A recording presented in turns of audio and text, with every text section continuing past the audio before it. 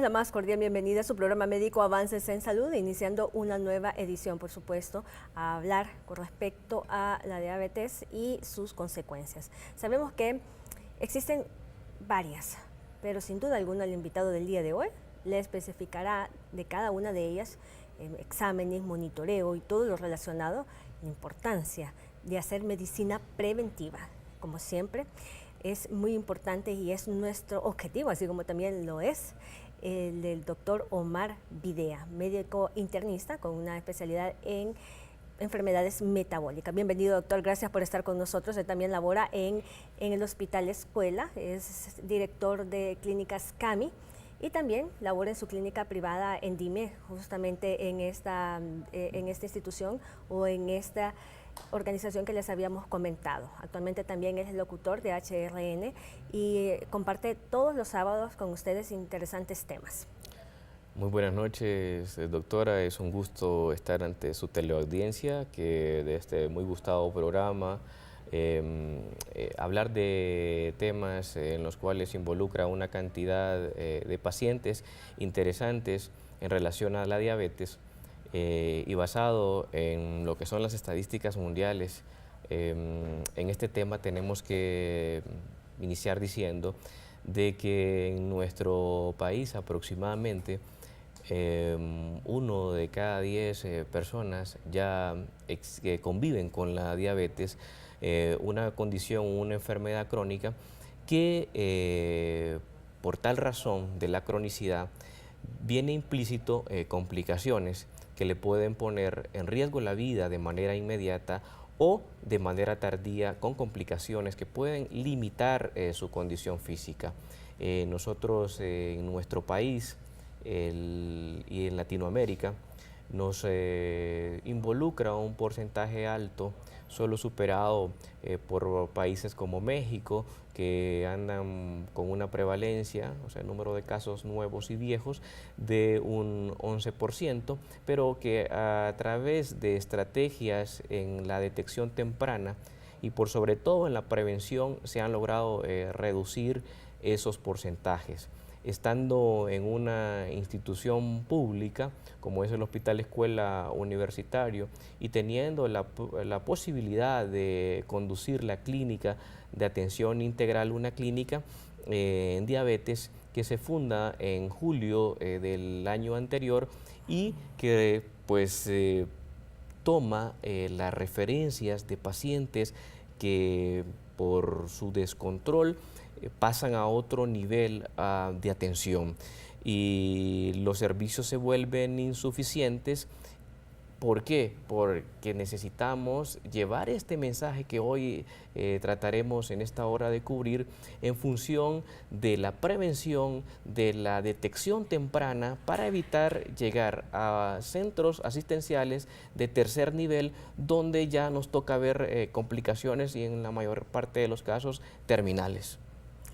Doctor, en esta semana hemos abordado ampliamente varios temas relacionados con la diabetes. Me gustaría que usted le comunicara o le contara a todos nuestros televidentes que nos están haciendo el favor y la gracia también de poder compartir con nosotros y enviando sus mensajes a través del 9230, que por cierto, al finalizar el programa estaremos compartiendo con ellos y contestando sus preguntas. Sabemos que para llegar a las complicaciones antecede una serie de sucesos en la vida de un paciente y que sabemos que es una enfermedad crónica. Sabemos que también esto se puede prevenir si el paciente cambia a tiempo con respecto a su estilo de vida y otros factores que usted nos va a mencionar. En esta semana hablamos un poco acerca de factores de riesgo y otras complicaciones, pero como sabemos que cada día se nos suman muchos pacientes, nos gustaría que usted también nos ahondara un poco con respecto a lo que es la enfermedad nuevamente y probables factores de riesgo relacionados con las consecuencias. Tenemos que definir que los factores de riesgo pueden ser múltiples, como los ha mencionado, pero hay que establecer la frecuencia o la prioridad en ellos. ¿Por qué? Porque nosotros vemos para Latinoamérica, y voy a hablar específicamente en el caso de Honduras, En nuestros trabajos de investigación, que es parte de las funciones que tenemos con la Universidad Nacional Autónoma de Honduras y el Hospital Escuela Universitario, nuestras investigaciones han dado o han arrojado que nuestro principal factor de riesgo es el sobrepeso y la obesidad. Sabemos que hay un componente genético porcentual que nos pone en un mayor riesgo si tenemos nuestros padres con diabetes, que eso se puede acercar hasta un 70% de la probabilidad de desarrollar la enfermedad en determinado momento. Si usted tiene su mamá, su papá con diabetes, eso implica un porcentaje alto de que usted desarrolla la enfermedad, pero no se supera ese porcentaje por lo que representa el tener sobrepeso u obesidad. Entonces es muy importante establecer que el principal factor en nuestra población es el sobrepeso y la obesidad. ¿Y qué tanto es ese porcentaje? Pues en nuestros estudios durante más de 5 años nos resulta el mismo dato cuando hablamos que el 75% de las personas que hacemos diferentes estudios en diferentes ramas en función de estas enfermedades cardiometabólicas, nos dan como resultado que el 75% de la población tiene ya sobrepeso y obesidad. Estudios hechos en pacientes con diabetes, viendo el riesgo que existe de tener complicaciones tanto agudas como crónicas, nos ha arrojado ese porcentaje. Y algo muy curioso, en el año 2016 realizamos una investigación para establecer el riesgo que los familiares tenían de los pacientes con diabetes que acudían a la consulta. Siempre el paciente va acompañado de un familiar a la consulta. Aprovechamos ese familiar para empezar a establecer y aplicar un cuestionario que es el estandarizado a nivel mundial, que es el cuestionario de Findrich, que nos cataloga o nos categoriza los riesgos hacia desarrollo de diabetes en los próximos 10 años. Entonces encontramos que el punto sobrepeso y obesidad ocupaba igual porcentaje. ¿A qué nos estamos refiriendo con eso? Que es igual riesgo están teniendo o igual porcentaje de sobrepeso y obesidad tiene tanto el paciente con diabetes como el familiar que no ha sido diagnosticado con la enfermedad. Entonces, estamos cargando con un alta potencial de desarrollo de la enfermedad basado en eso, sobrepeso y obesidad. Factores añadidos, lógicamente, volvemos a la parte del factor hereditario. En el punto relacionado con las dislipidemias, que es la alteración que existe en el metabolismo de las grasas, que nos incrementa tanto el colesterol como los triglicéridos, encontramos que valores superiores a 250 de triglicéridos de manera sostenida y no llegar a la meta de tener un colesterol bueno, ese colesterol conocido como HDL, no son factores de riesgo para desarrollo de la enfermedad. Existe el punto también, y no podemos dejar de mencionar en esta noche, que la hipertensión existe o está determinado como factor de riesgo para desarrollo de diabetes. Saber que el tener estas condiciones en cualquier momento nos puede hacer debut de esto. Y algo que es importante mencionar en esta noche es que no todas las personas pueden debutar de manera temprana con esos síntomas clásicos. Síntomas clásicos como el alto deseo del consumo del agua, el estar miccionando u orinando de manera frecuente, la ansiedad o el apetito hacia el consumo de alimentos intensos o la pérdida de peso de manera involuntaria, las alteraciones que hay en la función sexual. Estos son síntomas principales del momento en el cual la glucosa se comienza a elevar, pero hay que determinar y establecer que no todas las personas pueden tener estos síntomas aún teniendo los niveles de glucosa elevados. Entonces no es de confiarse, porque cuando estos síntomas se presentan es porque el nivel de glucosa ya superó un valor normal que hablamos de cifras que están entre 70 y 100, y si está entre 100 y 125, hablo de la glucosa en ayuno, estamos hablando de una prediabetes y diabetes mayor de 126, pero usted puede andar con 140, 150 y en la mayoría de los casos no necesariamente tiene que tener síntomas, pero una detección temprana nos lleve a una intervención igual. ¿Por qué estas cifras? ¿Por qué 126? ¿Por qué me encasillan y que tengo que tener menos de 100? Se preguntarán ustedes. Pues bueno, se ha determinado que cuando la glicemia o la glucosa o el azúcar está superior al 126, comienzan a haber afectaciones en sus órganos y de ahí las complicaciones. Entonces, el tener persistentemente elevados estos valores arriba de 126 en ayuno hace que a lo mejor usted con cifras muy cercanas no tenga síntomas, pero que ya comience el deterioro y el daño que vamos a hablar próximamente. Doctor Videa, en el caso de un paciente o una persona que se cuida, su alimentación, hace ejercicio, ¿podría desarrollar complicaciones? Muy difícilmente las va a desarrollar porque esta persona en su gran porcentaje va a llegar a tener niveles de glucosa. Es que, mire, la ventaja de un cambio en el estilo de vida en estos pacientes es que viene por añadidura el descenso de la glucosa. ¿Por qué? Porque está asociado a un desequilibrio en una ingesta alta de alimento y una poca actividad física reducida, que aquí en actividad física tenemos que determinar que lo mínimo es caminar al menos 30 minutos diarios por 5 días de la semana de los 7. Entonces, si usted no hace esa cuota, esos 150 minutos a la semana, no está llevando al ejercicio recomendado, a lo mínimo del ejercicio recomendado. Y al hablar de la parte nutricional, en el paciente ya con diagnóstico de diabetes o en riesgo de diabetes, debe de ya establecerse de que el alto consumo de carbohidratos, y cuando hablamos de alto consumo de carbohidratos, hablamos de lo básico y lo que nuestra población consume, que es el pan, la tortilla, el arroz, papa, yuca, camote. Entonces, estos alimentos que son necesarios en la dieta, y hay que aclarar algo, sí se pueden consumir, pero imaginémonos un plato que vamos a dividir en el 50%, donde ese 50% va a estar compuesto de ensalada, de verduras, o sea, vegetales, y que el restante 50% lo dividiremos en dos partes, donde esa cuarta parte del plato estará determinada para el carbohidrato. O sea, si puede comer arroz, pero puede utilizar un carbohidrato por cada tiempo de comida.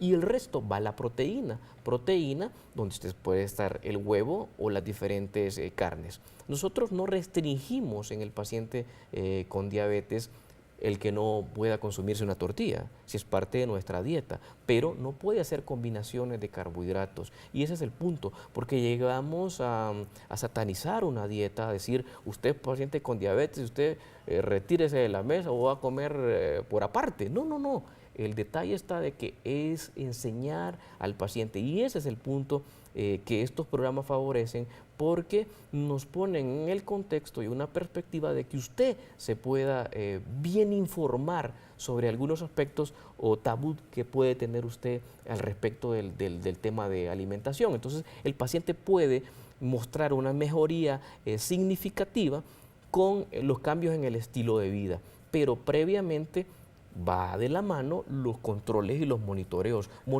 que usted los puede hacer en su laboratorio, y nosotros que somos muy afines al automonitoreo, el utilizar las mediciones. ¿Por qué?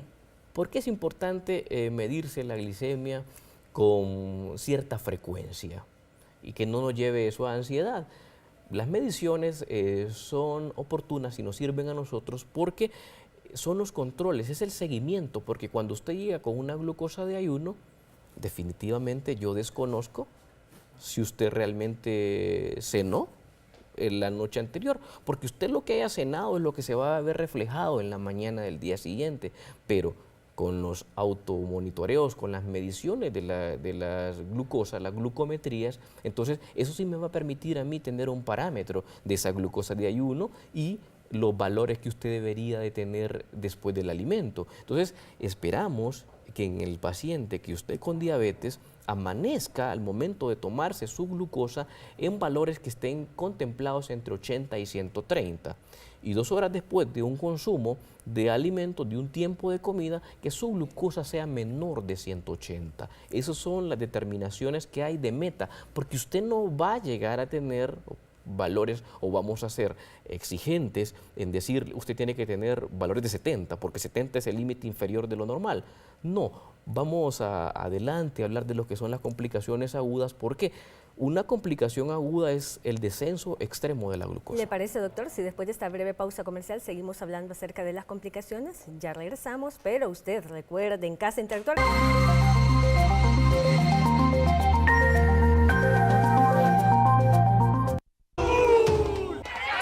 También hablar con respecto al estrés, doctor. ¿Cómo influye el estrés en los niveles de glucosa en sangre de un paciente? ¿Será que esto acelera el proceso de las complicaciones agudas o hace de que aparezca repentinamente los niveles altos de glucosa en sangre en un paciente? Varios de los pacientes refieren esto, doctor, pero su opinión como experto, quiero que nos amplíe un poco de esto. Hay situaciones en las cuales estímulos externos nos pueden alterar nuestro sistema, en el cual altera factores inmunitarios, factores emocionales, en los cuales hay una descarga de hormonas que están involucradas en el mecanismo de la contrarregulación de la glucosa. Entonces, el alterar otros sistemas que involucran de manera directa la glucosa sí influye, evidentemente. ¿Por qué? Porque nosotros hemos visto hay un estrés psicológico y hay un estrés propio del organismo. Ese estrés que se genera de endógeno, de adentro, ante una agresión que puede ser una infección. Entonces, vemos pacientes con diagnósticos de diabetes, cómo se incrementa esos niveles de glucosa en el momento de una complicación quirúrgica, una cirugía de cálculos en la vesícula, por ejemplo. Se incrementa. El paciente hospitalizado por cualquier circunstancia tiende a elevar los niveles de glucosa y a veces elevan estos niveles aún no siendo diabético. Entonces, el estrés, no solamente el psicológico, sino que el estrés de verse agredido nuestro cuerpo ante un evento extraño nos incrementa. Y esta condición de incremento, que no es diabetes en sí, se considera como hiperglicemia. Entonces, los cuadros típicos y clásicos de lo que es hablar de diabetes, primero podemos hablar de la alteración que hay en la glucosa, que llamaremos a esto hiperglicemia. Pero si se detecta ese fallo a nivel de la regulación de un elemento importante como es la insulina que es un transportador de la glucosa, transportador hacia las células, porque el fin principal de la glucosa es ser fuente de energía. O sea, nosotros necesitamos azúcar para mantenernos con actividad y con energía y poder realizar todas nuestras labores. Cuando existe esa alteración, entonces en el transportador no tenemos quien nos conduzca a la glucosa a los tejidos. ¿Y dónde se queda? En el plasma, en la sangre, que es un lugar donde debe de haber un porcentaje de glucosa inferior a lo requerido, porque es dentro o en el resto del cuerpo donde tiene que estar produciendo energía. Entonces, cuando se da ese desequilibrio de esta sustancia conocida como insulina que se produce en el páncreas, entonces, cuando existe esa disfunción pancreática donde se produce poca insulina que no es capaz de transportar la glucosa que producimos a nivel del hígado. Es una glucosa endógena de nuestro cuerpo, más la glucosa o el azúcar que nosotros consumimos a través de los alimentos. Y el consumo de alimentos no está basado en que tomo una bebida azucarada, no. Es que ciertos alimentos que usted puede imaginarse, como los derivados del maíz, rosquillas, pan, no tiene que ser dulce para que eso no se convierta en azúcar. Automáticamente, en un proceso de degradación metabólica, se convierte una parte en glucosa y ese es un aporte externo. Entonces, nuestro páncreas tiene que compensar la producción interna y hacer la distribución y compensar lo que nosotros estamos consumiendo. Entonces, viene un alto trabajo. Es un órgano con una vida útil, o sea que el páncreas se gasta, ¿sí? Por eso usted puede tener casos conocidos y dicen, al final de sus años de vida desarrolló diabetes. Sí, porque tenemos un páncreas ya de 80 años con una persona de 60. Ese desequilibrio que existe, el páncreas ya dio su vida útil. ¿Por qué? Porque nosotros lo maltratamos, lo provocamos en exceso su trabajo. Entonces llega un momento que el órgano se cansa. Al cansarse, este órgano produce menos insulina y lógicamente hay mucho por transportar, pero nadie que los conduzca. Entonces es ahí donde se da ese desequilibrio y está la diabetes 2, esa es la diabetes 2. La diabetes 1 es que usted nació sin células que producen insulina por el páncreas. Entonces, automáticamente ahí es una condición de nacimiento que puede desarrollar en los siguientes años. No necesariamente al momento de nacer va a estar implícita la elevación de la glucosa, pero en los primeros años se va a ir desarrollando. Y otra condición clínica muy importante es la diabetes que se desarrolla durante el embarazo. Se altera por esos mecanismos que existen metabólicos, hormonales, incrementos de la glucosa y que no puede hacer la acción contrarreguladora o transportadora la insulina, pero estas son condiciones en el embarazo de manera transitoria. Claro está, hay un porcentaje que puede llegar arriba del 50% donde las mujeres posterior al embarazo pueden desarrollar la enfermedad. Entonces, esta es las tres formas de presentación clínica que usted debe de conocer y que está en un porcentaje en nuestro país, en los estudios que hemos hecho, cuando hablamos de diabetes 2 y diabetes 1, entonces estamos hablando que por 10 pacientes con diabetes aproximadamente de 8 a 9 tienen diabetes 2, porque es la que está asociada no a una condición genética de nacimiento, o sea, usted no nace con diabetes 2, su estilo de vida y todos los factores que hemos mencionado durante este programa son los que al final terminan desarrollando la enfermedad. Juntos estos factores pues influyen para que el páncreas se vaya desgastando, o sea, hay que conservar la función de ese órgano para que nuestra vida vaya al mismo ritmo, al mismo curso con lo que es la función pancreática. Entonces es ahí donde está determinada la forma de presentación de una manera que usted pues pueda comprender al momento de tener esta enfermedad o ver todo lo que hemos expuesto en riesgos, en condiciones previas, qué es lo que está pasando dentro de su organismo. ¿Cuál es el papel, doctor, que juega la hemoglobina glicosilada en la detección precoz de las complicaciones agudas? Fíjese que es muy importante la hemoglobina glicosilada porque para términos prácticos es el promedio de la glucosa de los últimos 3 meses y se puede hacer una correlación de promedios en número de cómo puede estar el paciente. Por ejemplo, hablamos, así como dijimos que de 80 a 130 debe ser el nivel de la glucosa en ayuno para un paciente con diabetes. Ojo, para un paciente con diabetes, la hemoglobina glicosilada, que es el promedio de los últimos 3 meses de la glucosa, ese valor meta debe ser menor de 7. Y menor de 7 significa andar en promedios durante todas las 24 horas. Si sumáramos todas las glucosas a cada segundo, que ese promedio sea de 120.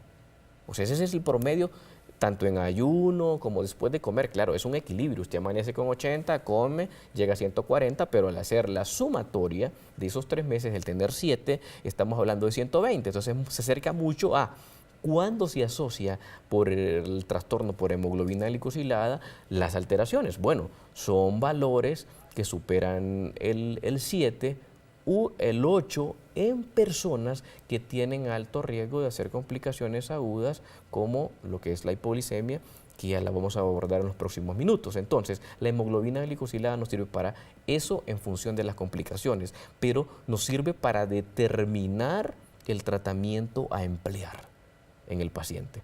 Nos sirve también para establecer si ese paciente ha estado con un adecuado control, si hay que hacer un ajuste en el tratamiento. O sea, no solamente son las complicaciones, sino que el ajuste en el tratamiento. Si vamos bien con esa condición, con ese medicamento que usted está usando, usted puede decir, yo me siento bien, yo tengo diabetes, no siento nada. Pero si hace una hemoglobina glicosilada y sus valores están arriba de 7, ya implica que tiene que hacer un ajuste porque silenciosamente están dándose las complicaciones crónicas. Las agudas se convierten en primer punto, lo más clásico, la descompensación simple. Anteriormente mirábamos imágenes donde se establecían los síntomas clásicos, ¿verdad? De la elevación de la glucosa, el deseo del consumo de agua, la orina frecuente, la pérdida de peso, la resequedad en la boca, que es algo muy frecuente, la tendencia al sueño, la debilidad que usted puede sentir.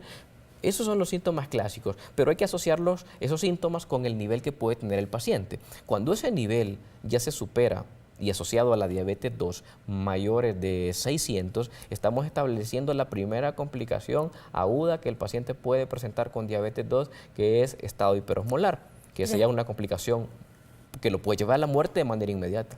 Y después de esta pausa comercial seguiremos hablando, doctor Videa, con respecto a las complicaciones agudas. Pero recuerde usted que está en este momento sintonizándonos a través de la señal satelital de Televisión Educativa Nacional, Canal 10, interactuar con nosotros enviando la palabra salud a través.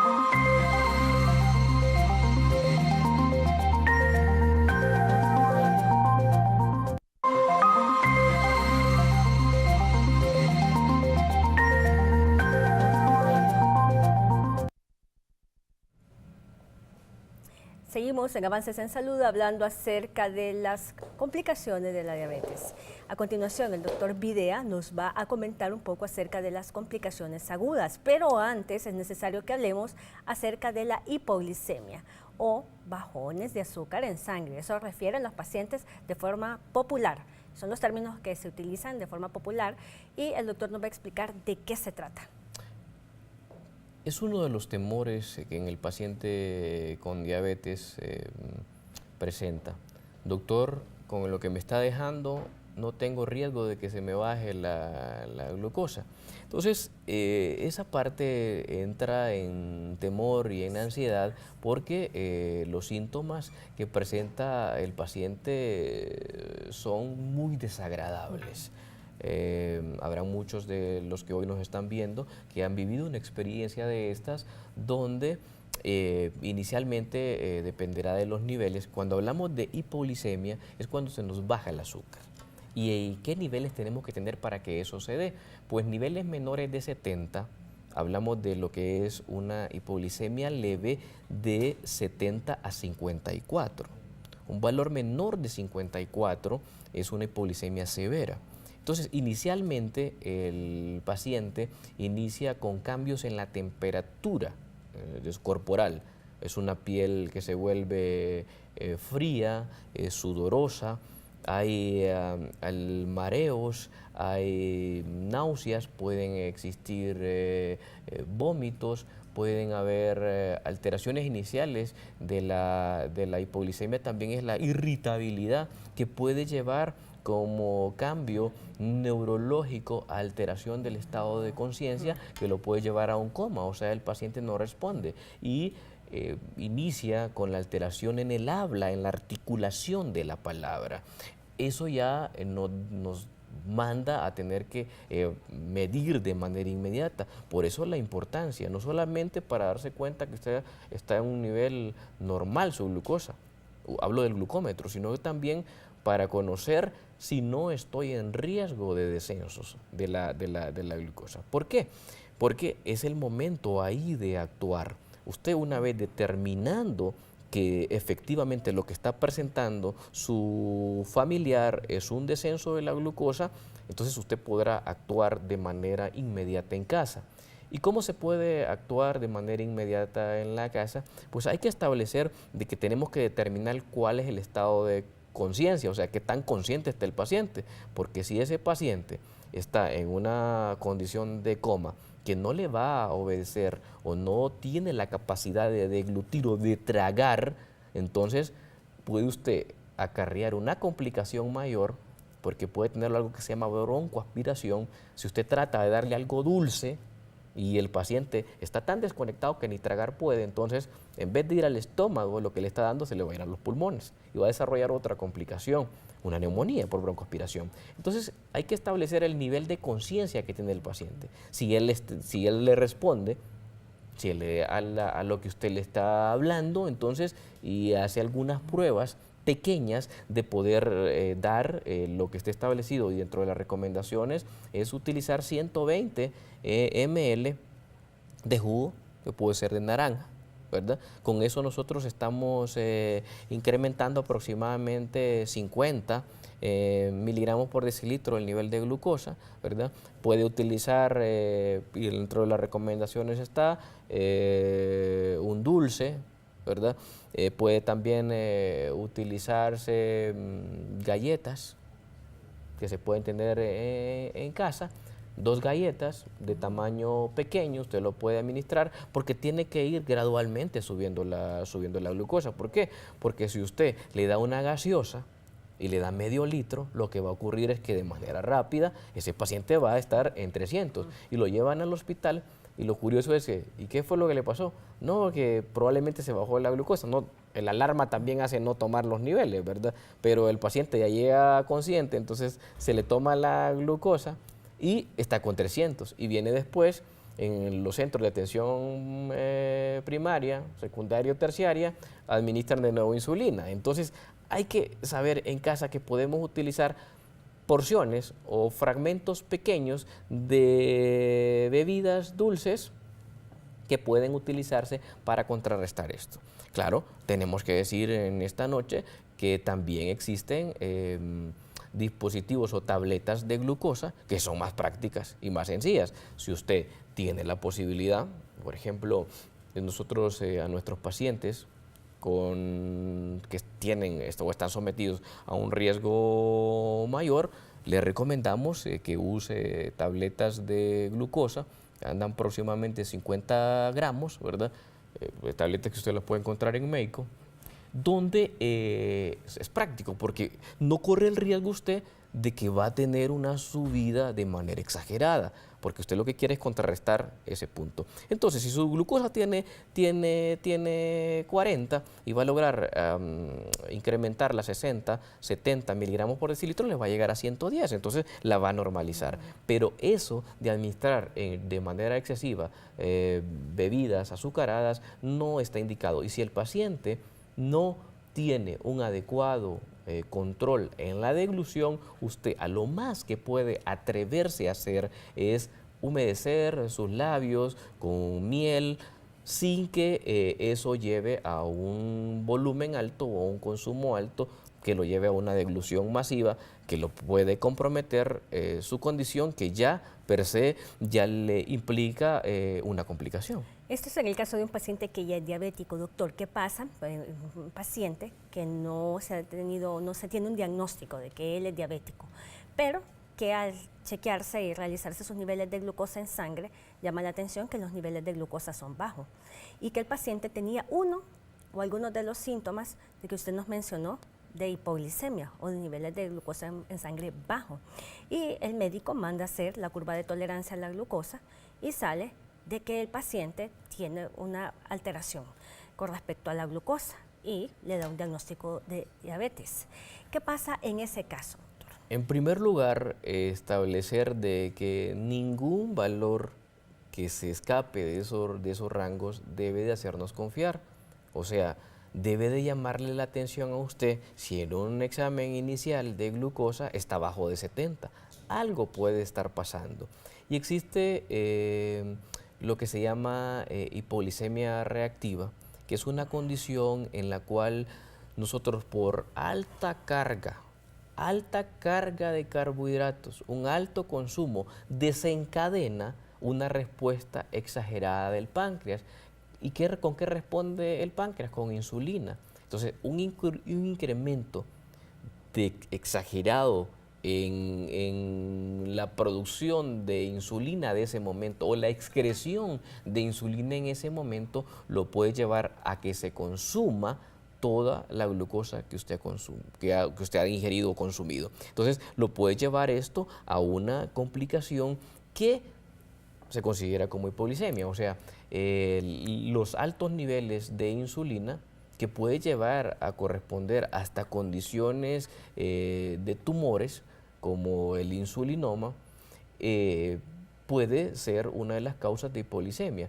Pero dentro de del comportamiento del ser humano, cuando hablamos de hipoglicemia, generalmente está asociado a lo que es alta incremento de la insulina, lo que se llama resistencia. Entonces, doctor, ¿por qué me tengo que preocupar yo si usted dice que la insulina le hace falta al paciente con diabetes y yo me hago exámenes y la insulina me sale alta? Y entonces por eso es que ya entiendo que me está bajando la glucosa. El problema está que al inicio explicábamos que este es un órgano de vida útil, o sea, se gasta. Llega un momento que es tanta la demanda en la producción de insulina que las células se agrandan, se hipertrofian del páncreas, pero se agotan. ¿Por qué? Porque usted lo provocó en demasía. Y esa provocación en demasía lleva a una resistencia a la insulina, porque la resistencia a la insulina es la incapacidad que tiene de que la insulina cumpla su papel para lo cual fue creada, que es conducir a la glucosa, abrir esa célula para que se produzca energía. Entonces, una sobreproducción de insulina no lo debe de llamar a usted a la tranquilidad, debería de llamarlo a la preocupación, porque ese punto a la larga lo va a llevar a diabetes. O sea que una fase inicial es glucosas bajas. Lo que pasa es que nos toca ver a los pacientes ya con los diagnósticos en diabetes, pero esto es un curso que está llevando con el inicio, bueno, si hace falta insulinas, pues producimos más. Y eso no se nota. ¿Por qué? Porque hay una alta demanda y en esa alta demanda se compensa esa distribución de la glucosa. Pero llega un momento en el cual el órgano se agota y es ahí donde tenemos que intervenir, porque ya una vez que la enfermedad se desarrolla, nos toca puntualizar en el tratamiento. Entonces, cuando hablamos de esto, volvemos a la hemoglobina glicosilada. Es que una mala decisión que nosotros podemos tener es que nos sorprenda porque el paciente inicialmente tuvo 250 de glucosa en ayuno. Entonces, esa condición nos llevó a sobredosificar al paciente. Pacientes que toman 6 tabletas de hipoglicemiantes orales. Si la indicación la tiene, la puede usar, lógicamente, pero es la hemoglobina glicosilada la que nos dice, ok, tienes 7.5, tu tratamiento va a ser con un solo fármaco. Y lo que tuviste en ese momento que fuiste al médico fue un 250, porque a lo mejor no tomaste la pastilla, porque comiste de más, y entonces nosotros nos basamos en el 250 y comenzamos a aumentar dosis. ¿Y qué pasa? Vuelve el paciente a su día habitual, pero con más fármacos, con más medicamentos. Esa cantidad de medicamentos lo va a llevar, porque anda con una hemoglobina glicosilada de 7.5, que si bien es cierto no está en meta, pero es lo suficiente, un solo fármaco para el control. Entonces, eso nos puede también llevar a hipoglicemia. Entonces, necesitamos la hemoglobina glicosilada nosotros como médicos para tomar la decisión de qué terapia. Está establecido que usted tiene que llegar a una meta en los próximos 3 meses de tratamiento del paciente. A 3 meses toma la decisión de agregar un nuevo fármaco. Y hay que conocer también y explicarle a las personas que existen las contraindicaciones de ciertos medicamentos. Precisamente hoy era una de las consultas. Doctor, la metformina es buena, sí es muy buena, tiene altas propiedades en la resistencia a la insulina, ayuda en ese proceso inicial en el paciente con diabetes y en combinaciones tiene efectos importantes, pero mencionar de que tiene algunas restricciones y tenemos muchos pacientes que por la enfermedad nos ha perdido mucho peso, mucha masa muscular y tiene un índice de masa corporal menor de 18.5. O sea que está en bajo peso. Y como nos enseñaron de que la metformina es la primera elección en el tratamiento, ok, entonces demos metformina porque tiene 7.5 o tiene 7 de hemoglobina glicosilada o porque sus niveles ligeramente superan el 126. Pero ¿qué ocurre acá? No puede tomar el fármaco porque el fármaco favorece el descenso de peso. ¿Le parece, doctor, si después de este consejo comercial seguimos hablando acerca de las indicaciones o el tratamiento en los pacientes, que me parece Muy bien que usted lo haya mencionado, porque definitivamente esto es del pan del día a día de muchos médicos internistas y varios médicos en nuestro país y a nivel mundial. Enseguida volvemos, pero usted recuerde interactuar.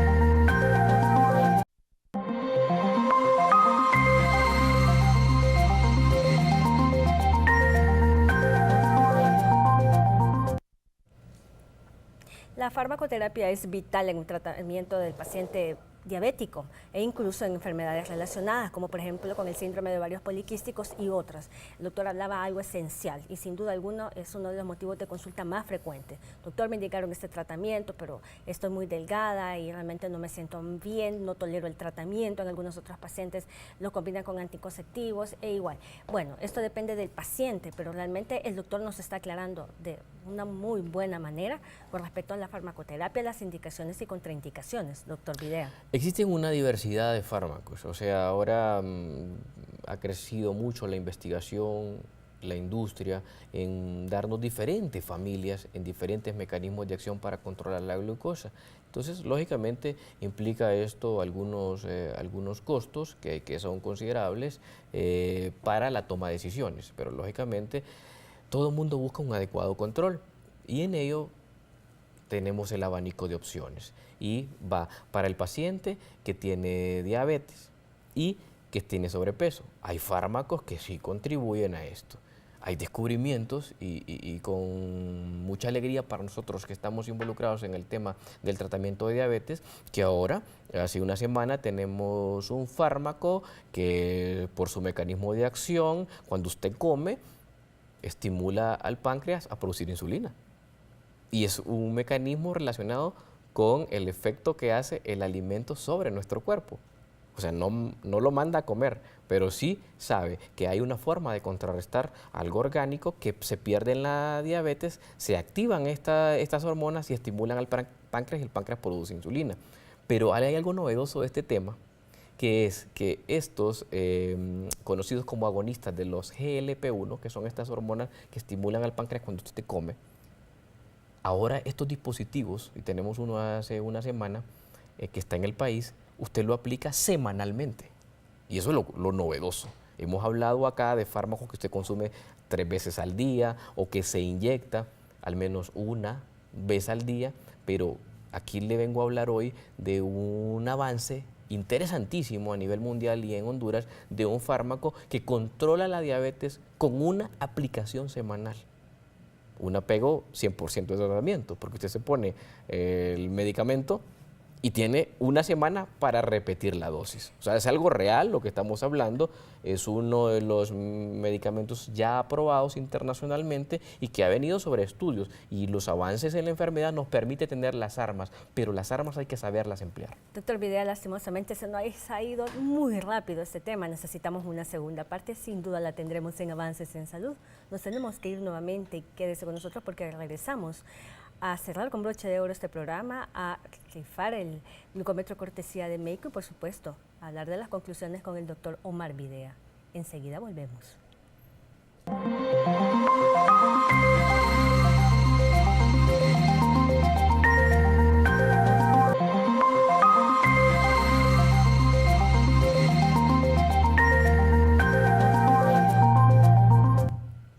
Estamos llegando al final de Avances en Salud, lastimosamente, pero prometemos que tendremos una segunda parte con el doctor Omar Videa. Le agradecemos al doctor si nos da sus recomendaciones y conclusiones finales, aunque sabemos que no hemos completado el programa, pero sin duda alguna estaremos pendientes de realizar este nuevo programa. Agradecido por la invitación, decirle al paciente, conclusiones es, hay que tener un control periódico de la glucosa en casa, utilizar los glucómetros porque eso nos sirve como alerta de cuando tenemos que acudir de manera temprana, no importando si tenemos o no cita en una institución. Que los fármacos hay una diversidad para tratarlos, pero hay que saberlos emplear, que hay complicaciones agudas que de manera temprana nos pueden acabar con la vida, pero todo pasa porque usted las identifique, que le haya quedado este mensaje de que estos síntomas le sirvan de alerta para tomar decisiones, el compromiso personal de regresar acá a este centro o este sitio de educación que es muy importante, y si de eso se trata, pues aquí nos tendrán posteriormente para seguir ampliando en los detalles, que la diabetes es un tema infinito que podemos hablar programas tras programas, pero que queremos dejar esos mensajes puntuales. Doctor, muchísimas gracias. Pueden contactar al doctor Omar Video, un excelente médico internista, a los números de teléfonos que están en su pantalla. Él labora en el Hospital y Clínicas Dime. Para nosotros es una verdadera bendición. Ya casi 10 años compartiendo con ustedes, y si Dios lo permite, vamos por más. Le invitamos a continuación a que siga viendo el Estelar Noticias, Canal 10. Buenas noches y bendiciones.